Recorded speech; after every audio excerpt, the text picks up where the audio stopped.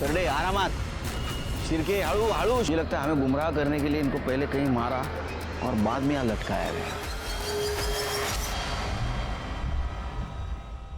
Sir, sir यहाँ आइए। Sir ये देखिए, कार के टायर के निशान है। इसका मतलब ये हो सकता है इन तीनों लड़कियों को कोई गाड़ी से यहाँ लेके आया और टांग दिया। फॉरेंसिक टीम को बुला और पूरे क्राइम सीन की जांच करो। और एक काम करना, ये देखो कोई मिसिंग कंप्लेंट है क्या। ठीक है सर।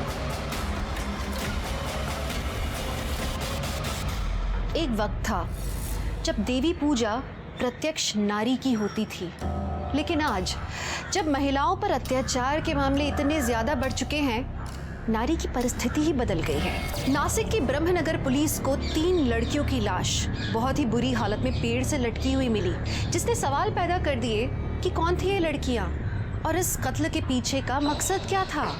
नमस्कार, मैं दिव्यांका त्रिपाठी दहिया क्राइम पेट्रोल सतर्क के इस एपिसोड में आपका स्वागत करती हूँ। आज की कहानी 3। छोड़ना, उसका तो रोज का है। चलना, क्या देख रहा है?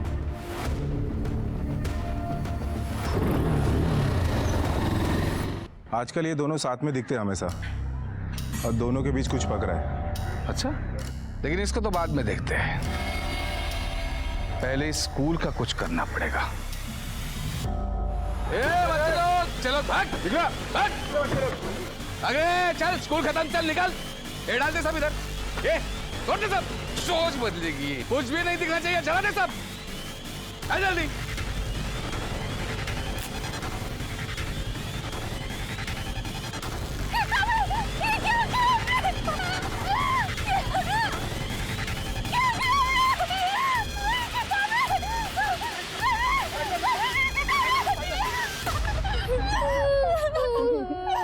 जला सकते हैं, लेकिन मेरी हिम्मत नहीं, समझा? हाँ तू चल गणेश, लेके जा इसको। हाँ लेके चल। शिंदे साहब माफ कर देना उसको। समझा उसको। ठीक है शिंदे साहब। चल रे।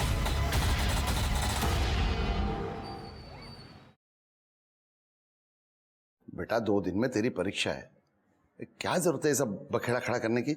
बाबा कैसी बातें कर रहे हो? हक के लिए लड़ना बखेड़ा खड़ा करना थोड़ी होता है। बेटा मैं तुझे बड़ी अफसर बनते हुए देखना चाहता हूँ। शिंदे अच्छा आदमी नहीं है, कितनी बार समझाया है तुझे। क्या जरूरत है तुझे मोहल्ले के बच्चों को पढ़ाने की। बाबा ये बच्चे हमारे देश का आने वाला कल है। बेटा तू अपने आज की चिंता कर, यही रवैया रहा ना तो कोई शादी नहीं करेगा। डर नहीं लगता तेरे को? मैं नहीं डरती किसी से, और आप भी मत डरो। देखना मैं एक दिन ना इतनी बड़ी अफसर बनूंगी, ये शिंदे विंदे जैसे लोग हैं ना, यही लोग मेरी लाल बत्ती वाली गाड़ी के पीछे भागेंगे। क्यों? एक दस्तखत के लिए। मतलब तू मानेगी नहीं? आपको लगता है मैं मानूंगी?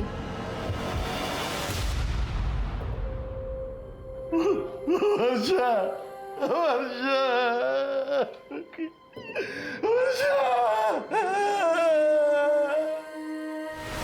शेरनी थी साहब, शेरनी थी मेरी बेटी।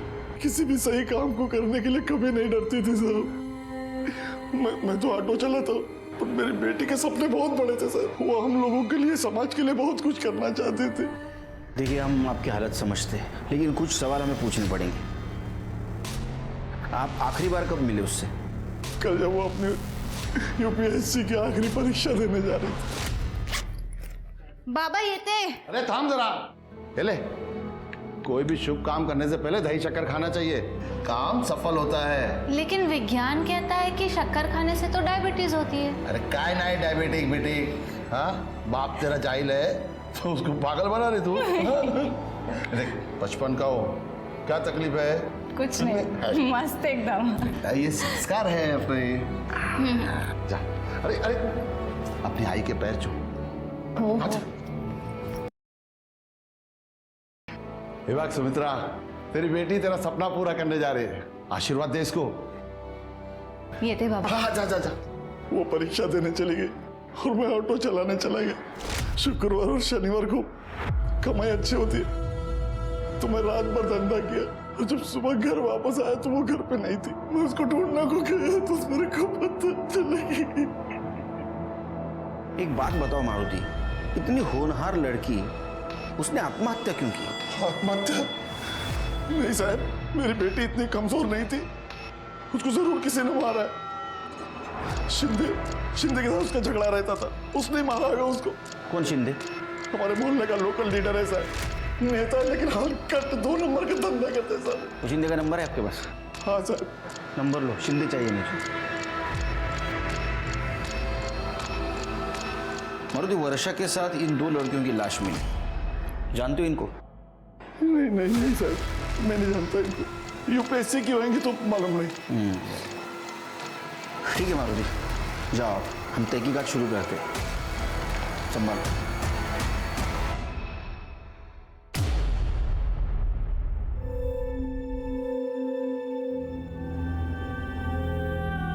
बेटा तूने फिर से स्कूल शुरू किया?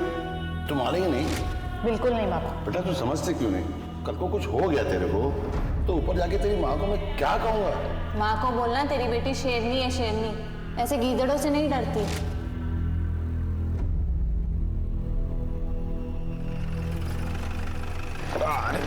Good morning sir. Good morning.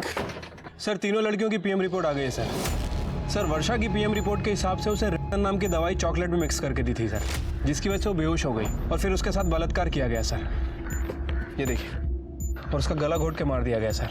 और सर जो दूसरी लड़की जिसकी उम्र तकरीबन 20 साल थी, उसकी मौत एबॉर्शन और हैवी ब्लीडिंग की वजह से हुई है। और सर तीसरी लड़की जिसकी उम्र 18 साल थी, उसे नाम का जहर दिया गया था सर, उसकी वजह से उसकी मौत हुई। तीनों लड़कियों की मौत अलग अलग कारण से हुई है और उनका डेथ टाइमिंग भी अलग अलग है। जिस लड़की का एबॉर्शन हुआ उसकी मौत शाम को 6 से 6:30 के बीच में हुई है। जबकि वर्षा की मौत रात को 10 से 11 के बीच हुई है। और ये जो तीसरी लड़की है, इसकी मौत सवेरे 2 बजे हुई है। तीनों मौत का टाइम अलग अलग है। मुझे कंफर्म लगता है कि ये किसी एक आदमी का काम नहीं है, क्योंकि एक आदमी को 3 लड़कियों को लटकाना मुश्किल है। सर हो सकता है कि इन तीनों लड़कियों के कातिल अलग अलग हो और इन तीनों लड़कियों का आपस में कोई कनेक्शन ही ना हो। कनेक्शन है शिरकी, कुछ तो कनेक्शन है, क्योंकि तीनों बॉडीज को पेड़ पर लटकाया गया था। अच्छा, इन 2 लड़कियों की कुछ आइडेंटिटी मिली? नहीं सर, आसपास के पुलिस स्टेशन में हमारे विक्टिम से मैच करते हुए किसी भी लड़की कोई भी मिसिंग कंप्लेंट दर्ज नहीं हुई है। सर हो सकता है ये लड़कियां बाहर से लाई गई हो, सर मुंबई या पुणे से। ये शिंदे का क्या हुआ? सर शिंदे को फ़ोन किया था, उसका फ़ोन स्विच ऑफ है सर। मैं उसके घर भी गया था, उसकी वाइफ का कहना है कि वो पॉलिटिकल काम के लिए बाहर गया हुआ है। तो एक काम करो, 15-16 तारीख को आसपास के हॉस्पिटल में 19-20 साल के लड़की का एबॉर्शन हुआ था क्या, पता करो। और ये वर्षा की डिटेल्स चाहिए मुझे। सर क्राइम सीन पे जो टायर के निशान मिले थे वो किसी एसयूवी गाड़ी के हैं सर। SUV car? हाँ सर। और मैंने वर्षा के बारे में पूछताछ की है सर। करियर ओरिएंटेड लड़की है, किसी से झगड़ा वगैरह नहीं था उसका। सर मैंने सारे हॉस्पिटल्स चेक किए हैं, 15 से 16 के बीच में जितने भी अबॉर्शंस हुए हैं उससे हमारा विक्टिम मैच नहीं करते। अच्छा, ये मारुति और वर्षा, इनके कॉल डिटेल से कुछ पता चला? सर ये मारुति के कॉल रिकॉर्ड तो क्लियर ही लग रहा है। जिस दिन मर्डर हुआ उस दिन दोपहर से लेकर अगले दिन सुबह तक ये मारुति नासिक सिटी में ही ट्रेवल कर रहा था। सर वर्षा का फ़ोन नारायण चौक के पीछे वाले एरिया में बंद हुआ, लगभग 7:30 से 8 बजे के बीच में, और सर अब तक ऑफ है। वो एरिया में जाके पता करो, डिटेल्स निकालो। सर वर्षा की लास्ट लोकेशन यही थी जहां उसका फ़ोन बंद हुआ है। ये पूरा एरिया अच्छे से स्कैन करो, कुछ भी छूटना नहीं चाहिए।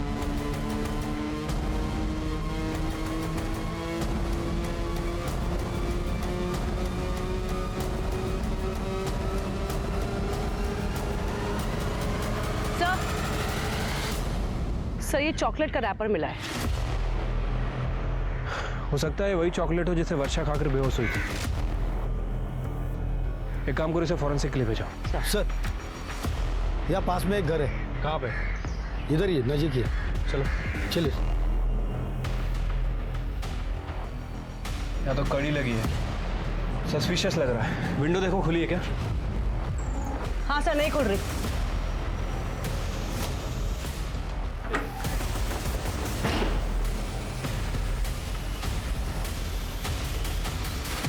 सर घर की हालत देख के लगता तो नहीं कि यहाँ कोई फैमिली रहती होगी। एक काम करो, पूरा घर अच्छे से चेक करो। सर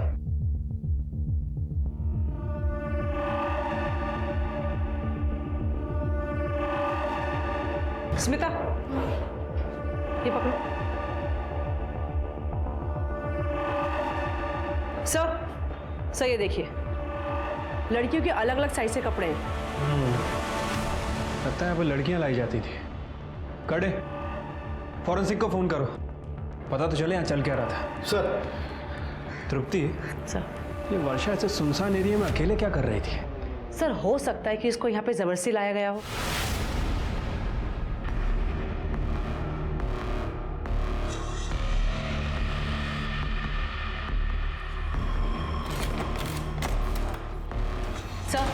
सर ये वर्षा की फ्रेंड पूजा है, उसे यूपीएससी क्लास में पढ़ती थी।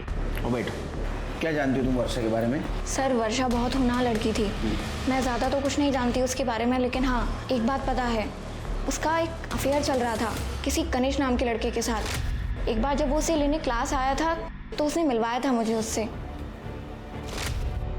सर मैं आपसे मिलने आने वाला था, मेरा मोबाइल का शॉप है सर, उसी के काम से मैं मुंबई गया था, आज ही आया हूँ। सर मैं और वर्षा एक दूसरे से बहुत प्यार करते थे सर। तो वर्षा से आखिरी बार कब मिले? सर मैं उसे एग्जाम सेंटर के बाहर छोड़ने गया था सर, तभी हम आखिरी बार मिले थे। तुम वर्षा के बारे में कुछ और बता सकते हो जिससे हमारे इन्वेस्टिगेशन में मदद हो? सर जब मैं उसे एग्जाम सेंटर के बाहर छोड़ने गया था तब। All the best. थैंक्स। आज दुकान का माल लेने के लिए मुझे मुंबई जाना पड़ेगा, तो कल मिलते हैं। ठीक है, मैं घर जाते वक्त ऑटो कर लूंगी। ओके। हाय वर्षा। हाय आशीष। हाय। चले? हाँ बाय गणेश। वर्षा तुम्हें पता है ना कैंपस में बाहर वाले अलाउड नहीं है, फिर भी गणेश को बुला लिया तूने। ठीक है, नेक्स्ट टाइम से नहीं बुलाऊंगी। ये आशीष कौन है? सर ये आशीष वर्षा से एक तरफा प्यार करता था, उसके पीछे पड़ा था सर, अच्छा दिखाने का नाटक करता था, मुझे वर्षा ने उसके बारे में बताया था। अच्छा गणेश, ये दो लड़कियों के फोटो देखो, इन्हें कभी देखा है तुमने? नहीं सर। ध्यान से देखो, शायद वर्षा की दोस्त हो। नहीं सर, मैंने इन दोनों को वर्षा के साथ कभी नहीं देखा। अच्छा वो आशीष कहाँ रहता है? हाँ सर ये बात सच है, मैं वर्षा से प्यार करता था, लेकिन मैंने कुछ नहीं किया सर। वो गणेश है ना गणेश, वो जलता था मुझ पे सर। मेरा वर्षा के साथ बात करना उसे जरा भी पसंद नहीं था, और ये बात खुद मुझे वर्षा ने बताई थी। वर्षा मुझे उससे ज्यादा मानती थी और यही बात उससे बर्दाश्त नहीं होती थी सर। उस दिन एग्जाम के बाद कहाँ गए थे? घर गया था सर, माँ की तबीयत खराब रहती है ना, तो सीधा घर जाना पड़ता है। उस दिन वर्षा घर आई थी माँ को देखने, पर 4 बजे तक चली गई थी सर। वो फोटो दिखा इसको, देखा इन दो लड़कियों की इधर? नहीं सर। देखो तुम्हारी यूपीएससी के क्लास में वर्षा के साथ, देखा है ना? कहीं नहीं देखा है सर। सर एक मिनट। सर शिंदे कहाँ है? जब मैं ये पूछताछ कर रही थी तब मुझे पता लगा एक विजय नाम का आदमी है सर, उसने एक बार वर्षा के साथ बदतमीजी करी थी। साहब मैं सच कह रहा हूँ साहब, मैंने वर्षा को नहीं मारा, लेकिन एक बार। अरे वर्षा, अरे एक बार बात तो सुन ले वर्षा, आज तेरा हीरो नहीं आया गणेश तुझे लेने के लिए? तुमसे मतलब? अरे एक बार बात तो सुन ले वर्षा, सुन तो ले एक बार बात। देख उसके पास बाइक है, मेरे पास 4 व्हीलर है, साथ में चल ऐश करेगी ऐश। शक्ल देखिए अपनी, चमचा हमेशा चमचा ही रहता है। चमचा किसको बोली? हाँ पैसे ही दे रहा हूँ, फुकट का नहीं मांग रहा हूँ। औकात में रहे अपनी। उसने तेरे को चमचा बोला, लाफा मारा, इसलिए बदला लेने के लिए तूने उसके साथ रेप किया। तेरा बाप शिंदे का है? तेरा बाप कहाँ है शिंदे? मुझे नहीं मालूम साहब, मैं सच बोल रहा था। सर हमारी फॉरेंसिक टीम ने उस नारा जाएगा। नहीं साहब ऐसा मत करो साहब, साहब ऐसा मत करो सर, मैं बताता हूँ साहब। बता। तो वो कहा तो मुझे नहीं मालूम, लेकिन उनका एक दूसरा नंबर है जो हमेशा चालू रहता है।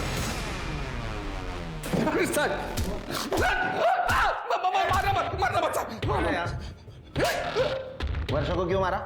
मैंने नहीं मारा साहब, वर्षा को मैंने नहीं मारा, वाकई नहीं मारा साहब। पॉलिटिक्स में काम करता हूँ साहब, कैरेक्टर तो साफ रखना पड़ता है ना। वो नारायण चौक के पीछे वाले एरिया में तेरा घर है ना? हाँ, वहाँ लड़कियों के कपड़े मिले अलग अलग साइज के, दुकान लगाया था वहाँ। हाँ, वर्षा को वहाँ लेके जाके कांड किया ना तूने? नहीं साहब, वर्षा के साथ मैंने कुछ नहीं किया सर। मैं तो नासिक में था ही नहीं 3 दिन, मैं पुणे गया था, मैं पार्टी की मीटिंग थी। तो यहाँ क्या लिखा है? यहाँ क्या लिखा है? कुछ नहीं। पुलिस। हाँ, जब सुधरेगा तब दिखेगा। तेरा फोन बंद क्यों था? साहब बीवी घड़ी घड़ी फोन करके परेशान कर देती है, इसलिए मैं फोन बंद रखा था साहब। ऊना में भी नहीं था मैं। तो कहाँ था? अलीबाग में था, मेरा फार्म हाउस है ना उधर, उधर किसी के साथ। किसके साथ था? जूली। जूली क्या कर रहा था वहाँ? इमेज साफ कर रहा था तेरी? वो भी कॉलगल है साहब। मैं नंबर देता हूँ ना आपको साहब। मला का नंबर देते तू? आप उसे फोन करके एक बार बात कर लो ना साहब, वो बता दे कि मैं उसके साथ था, इसलिए मैं। वर्षा एक होनहार और काबिल लड़की थी। उसकी मौत ने बहुत सारे सवाल खड़े कर दिए थे। मीडिया रिपोर्टिंग ने इस केस को बहुत ज्यादा गरमा दिया था। वहीं पुलिस उन बाकी 2 लड़कियों की पहचान करने में लगी हुई थी। पुलिस ने सारे सरकारी रिकॉर्ड्स चेक किए। क्राइम सीन के 30 किलोमीटर के रेडियस में उन्होंने 18 से 20 साल की लड़कियों की सारी इंफॉर्मेशन निकाली। आखिर में उन्हें एक उम्मीद की किरण नजर आई। उन दोनों लड़कियों का पता चल गया सर। हाँ सर, जिसका अबॉर्शन हुआ था उसका नाम आरती जादव है सर, और दूसरी लड़की का नाम निशा जादव। ये दोनों ही सगी बहन है। इनके फादर का नाम तुकाराम जादव है सर। तुकाराम जादव को बुला। साहब काय झालं? मुझे यहाँ क्यों बुलाया साहब? तुकाराम, आपकी 2 बेटियां हैं ना, कहाँ है वो? तुकाराम, हमें पेड़ से लटकी हुई 2 लड़कियों की लाशें मिली है। फिर क्या?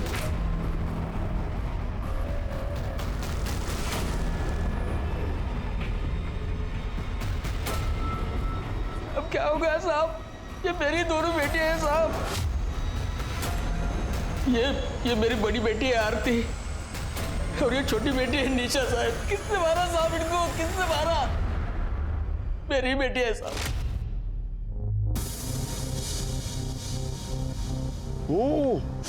अरे वाह, बहुत बढ़िया खुशबू आ रही है। क्या बना रहे? दाल खिचड़ी? राणे सर, तुम्ही आम्हाला काम देऊन ना खूप मोठी कृपा केली आहे। अरे कृपा कसली बेटा, ये फर्ज है मेरा। क्या चल रहा है? उठो, उठो, उठ। अरे मास्टर, क्या चल रहा है? पहचानता है ना इनको? कौन है ये?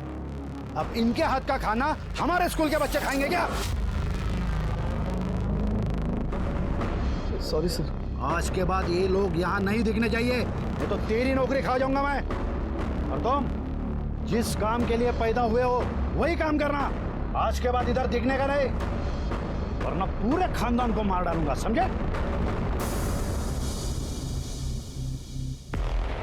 तुम लोग ठीक तो हो ना?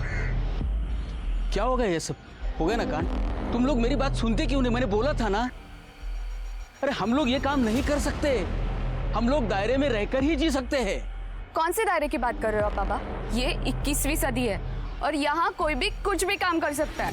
बहुत डरता था साहब, कहीं कुछ गलत तो हो जाए। तुकाराम, हमें एक बात समझ में नहीं आती। तुम्हारी दोनों लड़कियां घर से गायब थी, फिर भी तुमने कंप्लेंट करना जरूरी नहीं समझा। ऐसा क्यों? कैसे कंप्लेंट करता मैं साहब? कैसे कंप्लेंट करता?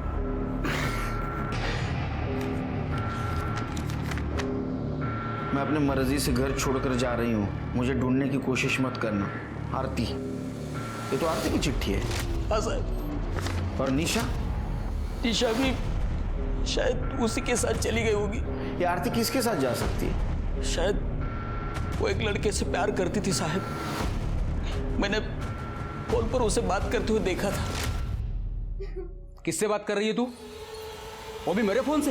इधर देख। मैत्रीण बाबा। मैत्रीण? इतने रात वेड़ा समझतेस मला? इसलिए मैं तुझे कॉलेज भेज रहा हूँ। देखो, तेरा ये जो चल रहा है ना, खत्म कर। आज के आज खत्म कर, ना मुझे खत्म करना पड़ेगा, और बहुत महंगा पड़ेगा तुझे। चल चल अंदर चल। मुझे क्या पता था साहब बात इतनी आगे बढ़ेगी। क्या ऐसा तो नहीं तुकाराम कि ये लड़की तुम्हारी बात नहीं मानती थी, समाज के डर से तुमने उसे मार दिया? क्या बात करते हो साहब? बाप है मैं तिचा। लड़कियों का अच्छा बुरा मैं ठीक से समझता हूँ साहब, इसलिए तो डांट रहा था ना मैं। मारुति को जानते हो? मैं किसी मारुति बिरुति को नहीं जानता साहब। अच्छा, तुम्हारी ये बेटी आरती प्रेग्नेंट थी और एबॉर्शन में उसकी मौत हो गई। आप बकवास करते हो साहब। मेरी बच्ची मर गई, इसलिए आप कुछ भी बात करेंगे उसके बारे में। माझी मुलगी अशी नव्हती साहब, माझी मुलगी अशी नव्हती। देखो तुकाराम, पीएम रिपोर्ट में ये साफ साफ लिखा है कि वो प्रेग्नेंट थी और एबॉर्शन में उसकी मौत हो गई।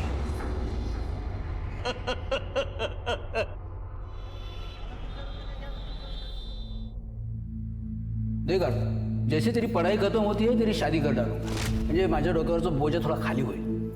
क्या बाबा, मैं आपको बोझ लगती हूँ? अरे तसं नाही, पण कधी ना कधी लग्न तर करावंच लागेल ना. देख पहले तेरी शादी करते हैं, बाद में इस पागल की. हम दोनों चले जाएंगे तो आपका ध्यान कौन रखेगा? दवाई कौन खिलाएगा आपको? मैं नहीं जाने वाली. अरे बाबा यहाँ रह के क्या करेगी तू? कभी ना कभी तो मुझे ऊपर जाना ही पड़ेगा. नहीं बाबा, कैसे बातें कर रहे हो बाबा? मैं आपको कुछ नहीं होने दूंगी. मुझे पता है बेटा. एक बात तो सच है बाबा, आप मुझसे ज्यादा आरती ताई से प्यार करते हैं. एक काम करो, आप दोनों रह लो, मैं ही मर जाती हूँ.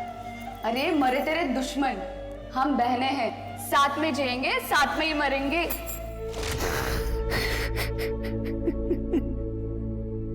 शिर्के, एक बात समझ में नहीं आ रही, ये आरती का प्यार करना, लेटर लिखना, घर से भाग जाना और बाद में उसका एबॉर्शन होना. हो सकता है कि उसका बॉयफ्रेंड एबॉर्शन के वक्त उसके साथ हो, लेकिन निशा घर से क्यों भागे? क्या उसके साथ भी कोई लड़का था? उसको जहर क्यों दिया गया? एक बात समझ में नहीं आ रही, इन तीनों लड़कियों को एक साथ एक ही पेड़ पे क्यों लटकाया गया? और शिर्के, ये तुकाराम मारुति को जानता नहीं और मारुति तुकाराम को नहीं. एक झोल समझ में नहीं आ रहा है शिर्के, समझ में नहीं आ रहा. शिर्के, एक काम करो, ये तुकाराम का कॉल डिटेल्स चेक करो और उसके पड़ोसियों से पूछताछ करो. पता करो ये आरती किससे प्यार करती थी. हमारे हाथ कुछ ना कुछ जरूर लगेगा.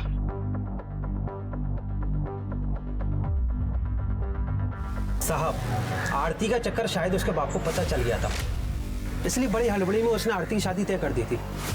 और साहब वो लड़के को मैंने देखा था, दिमाग से थोड़ा कमजोर लग रहा था. पापा रुक जाइए. हाँ बेटा, क्या हुआ? अरे हाँ बेटा, लाते उसे घर पे लाते. काका बाय कर बस बेटा. गुड़िया, बेड लगा. अरे तुकाराम, कौन थे ये लोग? अरे खान, आरती को देखने लड़का आया था.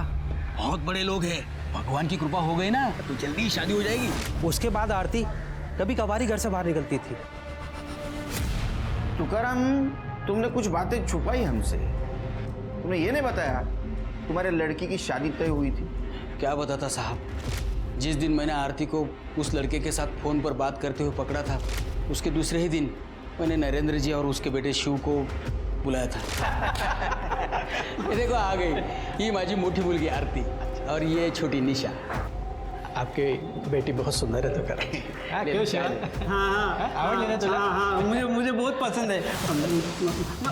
अरे काय करतोय? असं नहीं करो.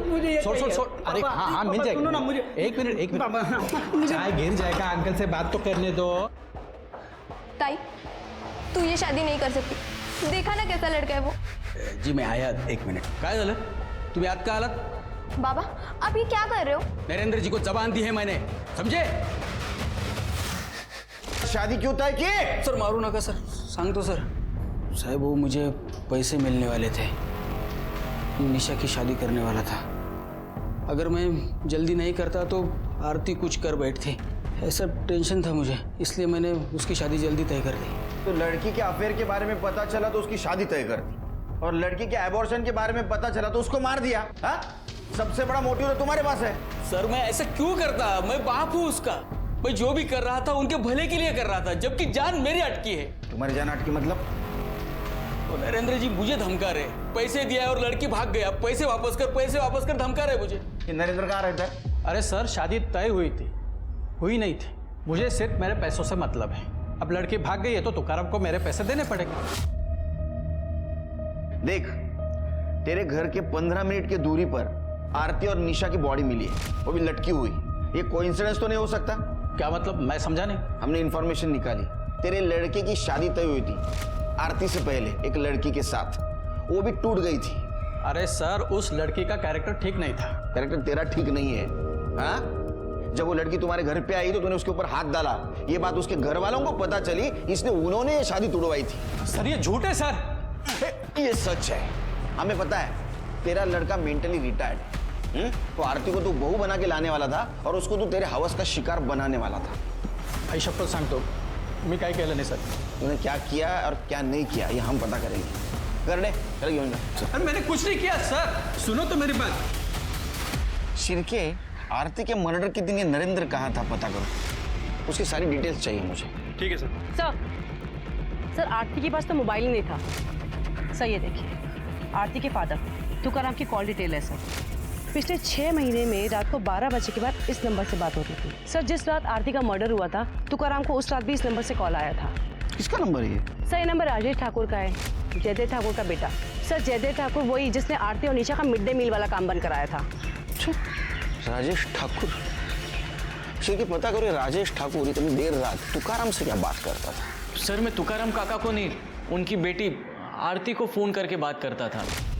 सर आरती और मैं, हम दोनों एक दूसरे से बहुत प्यार करते थे, लेकिन रघु भाऊ हमेशा मेरे साथ होने के।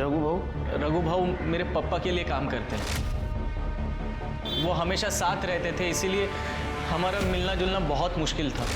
इसीलिए मैं और आरती हमेशा नासिक के बाहर, मतलब कभी गार्डन में, कभी यहाँ वहाँ ऐसा मिला करते थे। सब ठीक चल रहा था सर। सब कुछ सही चल रहा था तो ऐसा क्या हुआ ये सब बिगड़ गया? सर एक दिन मुझे आरती ने मिलने बुलाया था। अरे आरती, अरे कहाँ थी तुम? कब से इंतजार कर रहा था। अब वो सब छोड़ो, मैं तुम्हारे लिए कुछ लाया हूँ। सोने की चेन। मुझे चैन की नहीं, मंगलसूत्र की जरूरत है राजेश। मतलब? प्रेग्नेंट हूँ मैं। अरे पप्पा मार डालेंगे मुझे। उस दिन ठाकुर साहब मुझे गालियां दे रहे थे, तब चुपचाप खड़े तमाशा देख रहे थे मेरा। इस हालत में भी यही करना। शादी तय हो चुकी है मेरी राजेश, पर तुम कुछ मत करना। क्यों बार बार फोन कर रहे हो राजेश? मेरी एक बात तो सुनो। तुम इस बच्चे की जिम्मेदारी नहीं उठा पाओगे। देखो हम भाग जाते और शादी कर लेते। सच बोल रहे हो तुम राजेश? कल सुबह ठीक 8 बजे तैयार रहना, मैं पिछले वाले बस स्टॉप पे तुम्हें लेने आऊंगा। तो तुम लोग भाग गए थे? नहीं सर, मैं इतनी बड़ी जिम्मेदारी उठाने से डर गया था, इसलिए उसे मिलने ही नहीं गया। झूठ बोल रहा है तू? नहीं। वो प्रेग्नेंट थी, ये सबके सामने बात आ जाती तेरी परेशानी बढ़ जाती, इसलिए तूने एबॉर्शन करवाया और उसमें उसकी मौत हो गई। उसके मौत का जिम्मेदार तू है। अरे नहीं सर, मैंने ऐसे कुछ नहीं किया है। करसान तो आई शपथ, हम मानता हूँ कि उसकी मौत के लिए मैं जिम्मेदार हूँ, क्योंकि मैं उसे मिलने नहीं गया था। काश थोड़ी हिम्मत करके अगर मैं उसे मिलने चला गया होता तो आज मेरी आरती जिंदा होती सर। जयदेव ठाकुर, जब तुझे पता चला कि तेरा लड़का राजेश ठाकुर आरती से प्यार करता है तो तूने आरती को मार दिया। आपने जो कहानी बताई ना बहुत बढ़िया है, लेकिन एक प्रॉब्लम है, ये कहानी रियल नहीं है और आजकल का जमाना रियलिज्म का है। मैंने किसी को नहीं मारा, और मारना भी होता ना पूरे खानदान को मार डालता और किसी को पता भी नहीं चलता। सारे सवाल खड़े थे। आरती और निशा विश्रामपुर में क्या कर रही थीं? और उनका वर्षा के साथ क्या कनेक्शन था? आरती के अबॉर्शन के वक्त उसके साथ कौन था? और नरेंद्र और उसके बेटे का आरती की मौत के साथ क्या संबंध था? निशा की मौत की जायज वजह क्या थी? और तीनों लड़कियों को एक पेड़ पर लटकाकर कोई क्या जताना चाहता था? पुलिस के लिए इन सवालों के भंवर से निकलना बहुत जरूरी था और उन पे ये केस सॉल्व करने का दबाव बढ़ता ही चला जा रहा था। सर मैं ब्रह्मनगर के एंट्री पॉइंट का सीसीटीवी कैमरा की फुटेज चेक कर रही थी, कुछ दिखाना है सर। सर ये देखिए सिल्वर कलर की एसयूवी।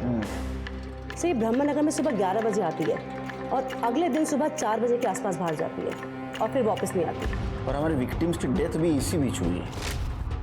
किसकी गाड़ी है? सर ये गाड़ी ब्रह्मनगर में किसी की नहीं है, ये विश्रामपुर की गाड़ी है। विश्रामपुर? सर हो सकता है क्राइम स्पॉट पे जिस गाड़ी के टायर के मार्क्स मिले हो वो यही गाड़ी हो।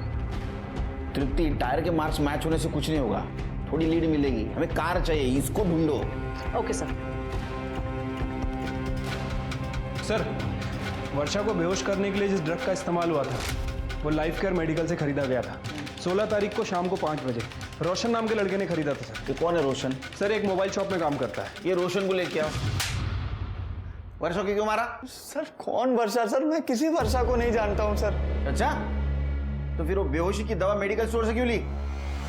सर वो दवा तो मैंने गणेश दादा के कहने पर लाई थी सर। गणेश मतलब गणेश आंग्रे? हाँ सर। तू कैसे जानता है गणेश को? मैं उनकी मोबाइल की दुकान पे काम करता हूँ सर। रोशन। हाँ दादा। मेरा एक काम करेगा? अरे दादा बोला ना क्या करने का? ये मेडिकल से दवाई लेके आएगा। तब तक दुकान मैं संभालता हूँ। हाँ चलेगा, लाता हूँ मैं।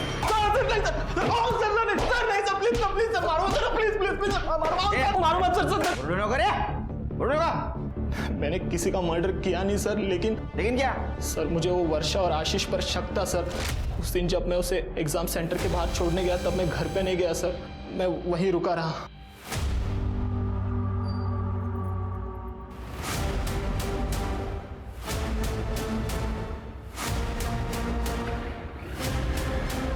ए आशीष, क्या चल रहा है तेरा वर्षा के साथ? कुछ नहीं। देख झूठ मत बोल, 2-3 बार तेरे घर आई थी ना वो, और आज भी आई थी ना, मैंने देखा। सच बता। तू हमारा पीछा कर रहा है? अबे चल बता, क्या चल रहा है तेरा उसके साथ? मुझे तुझे बताने की कोई जरूरत नहीं है, तुझे जो समझना है समझ। वर्षा, आज मुझे बहुत रोमांटिक फील हो रहा है। अच्छा ओके। मुझे हाथ लगाने नहीं देती थी, कहती थी जो भी करेंगे शादी के बाद करेंगे। क्या हुआ? ये सब अभी नहीं, शादी के बाद। उस आशीष से मिलने जाती थी सर, उसके साथ सोती थी, तो मुझे भी गुस्सा आया। मैंने भी उसे नारायण चौक के पीछे वाले गली मिलने बुलाया। उस शिंदे के आदमी को 500 रुपए दे के मैंने उस घर की चाबी ली सर। ये कहाँ ले आए तुम मुझे गणेश? तुम आओ तो सही, तुम्हारे लिए सरप्राइज है। सरप्राइज? ये लो, पहले मुंह मीठा करो। ये लो। ठीक है।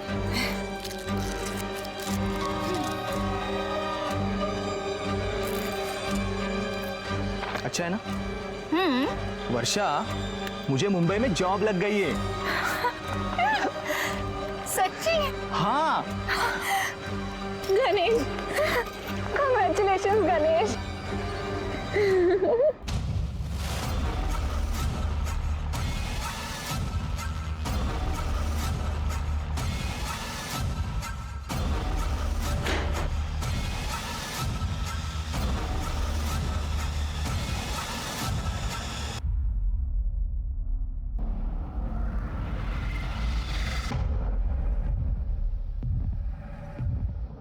ये क्या किया तुमने गणेश? गुस्सा आ रहा है? सोच मुझे कितना आता होगा।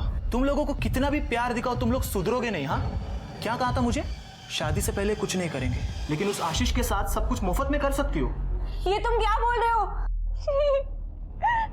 गलती मेरी है, जो मैंने तुझ जैसे लड़के पे भरोसा किया। गणेश, मैं तुम्हें छोड़ूंगी नहीं, याद रखना। अच्छा रुक, मैं तुझे एक चीज दिखाता हूँ। ये देख। अच्छा है ना अपने रोमांस का वीडियो? हाँ, अगर ज्यादा नाटक किया तो ये वीडियो वायरल कर दूंगा, वो भी मेरा फेस ब्लर करके। समझी? चल निकल यहाँ से। जब वर्षा को पता चला तूने उसके साथ रेप किया है, वो चिल्लाने लगी तो तूने उसको गला दबा के मार दिया। नहीं सर वो उस दिन तो वहां से चली गई थी सर। मैं सिर्फ उसे सबक सिखाना चाहता था, उसे डराना चाहता था सर। उसका वीडियो है मेरे पास, तो वो मुझे मालूम था वो किसी को कुछ नहीं बताएगी सर, तो मैं उसे क्यों मारता? माँ कसम सर, मैं सच कह रहा हूँ सर। थोड़ी सच्चाई जान लेता ना, तेरी गलतफहमी दूर हो जाती। वो आशीष के घर उसकी माँ को मिलने जाती थी, क्योंकि आशीष की माँ बीमार थी। समझा? सर बाकी 2 लड़कियों का क्या किया? नहीं सर, मैं बाकी के 2 लड़कियों को नहीं जानता सर, और मैंने उन्हें पेड़ से भी नहीं लटकाया सर। मैं सच कह रहा हूँ, प्लीज मेरी बात का यकीन करो सर। करडे, ये अपने को नहीं जानता, इसको समझा। सर नहीं। विश्वास हर रिश्ते की बुनियाद है, और जब गणेश को सच पता लगा उसे भी बहुत पछतावा हुआ। लेकिन पुलिस के सामने भी कई सवाल अभी अनसुलझे से थे कि अगर गणेश ने वर्षा को नहीं मारा तो उस रात वर्षा के साथ हुआ क्या था? ऐसी कौन सी कड़ी थी जो पुलिस से छूट रही थी? सीसीटीवी में दिखी हुई कार भी अब तक पुलिस के हाथ नहीं लगी थी।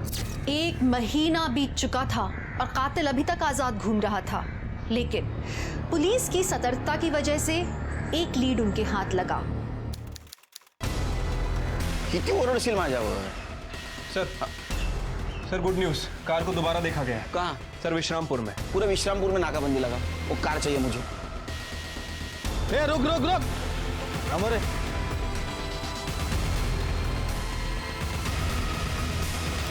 देख उस बॉडी में 3 लड़कियों के ब्लड के ट्रेसेस मिले, लेकिन उसने ये काम छोड़ दिया है। तो अब? हाँ, लेकिन एक आदमी है जो तुम्हारा काम करवा सकता है। काम हो जाएगा आपका, लेकिन पैसे लगेंगे। पैसे मिल जाएंगे। आप लड़की को लेकर आ जाओ शांताबाई के घर पे। अपना ख्याल रखना कहीं, और तू बाबा का भी। मैं बाबा को संभाल लूँगी, तो चिंता मत कर। हाँ, अच्छे से रहना। हाँ, तू भी ध्यान रखना।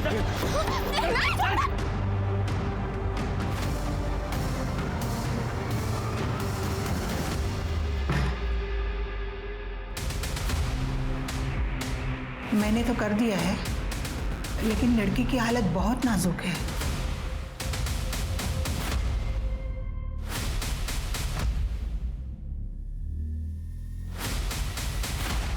अबे ये तो मर गई है। क्या? अब क्या करे? क्या करूं मतलब? जंगल में फेंक देगा बे। मैंने भेजा था तो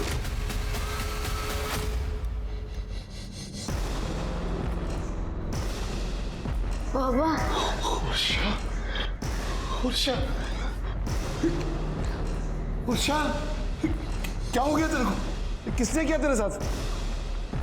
पापा, गणेश ने मुझे कोई चॉकलेट खिलाया, उसमें शायद कुछ था।